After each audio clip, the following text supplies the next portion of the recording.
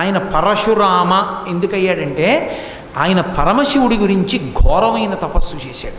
అయితే పరమశివుడు ఈయన్ని పరీక్ష చేద్దామని వ్యాధుడి రూపంలో వచ్చాడు. వ్యాధుడు అంటే వేటాడి మాంసం తినేవాడు అని వచ్చి పెద్ద గద్దించాడు, ఎవరు నువ్వు ఇక్కడ ఎందుకు కూర్చున్నావని. ఇద్దరి మధ్య చాలా వాదులాట జరిగింది. ఆఖరికి ఆ వ్యాధుడు పరమశివ రూపంలో సాక్షాత్కరించాడు.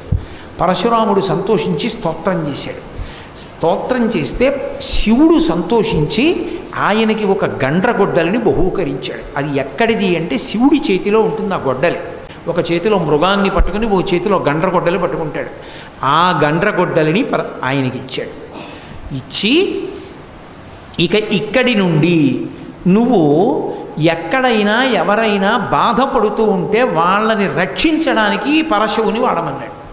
ఆయన పరశువు వేసుకుని నడుస్తుండేవాడు, ఆ గండ్రగొడ్డలు పట్టుకుని తిరుగుతుండేవాడు.